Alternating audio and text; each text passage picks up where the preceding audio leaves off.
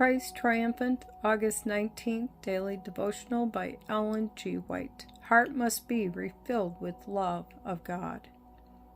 Then goeth he, and taketh with himself 7 other spirits, more wicked than himself, and they enter in and dwell there. Matthew chapter 12, verse 45. The man in the parable broke with Satan, refused to do his work, but the trouble with him was that after the heart was swept and garnished, he failed to invite the heavenly guest. It is not enough to make the heart empty. We must have the vacuum filled with the love of God. The soul must be furnished with the graces of the Spirit of God. People may leave off many bad habits and yet not be truly sanctified because they do not have a connection with God. They do not unite with Christ. Satan, the great rebel, is ever seeking to entice us to sin against God.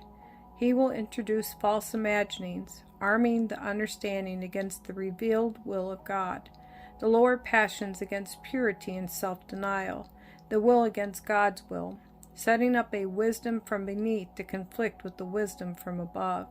Shall God's will be put in the background and our will be held as supreme? Can this be the controlling power in God's great contest for the recovery of His own?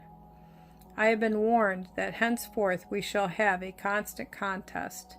Science, so-called, and religion will be placed in opposition to each other, because finite beings do not comprehend the power and greatness of God. These words of Holy Writ were presented to me.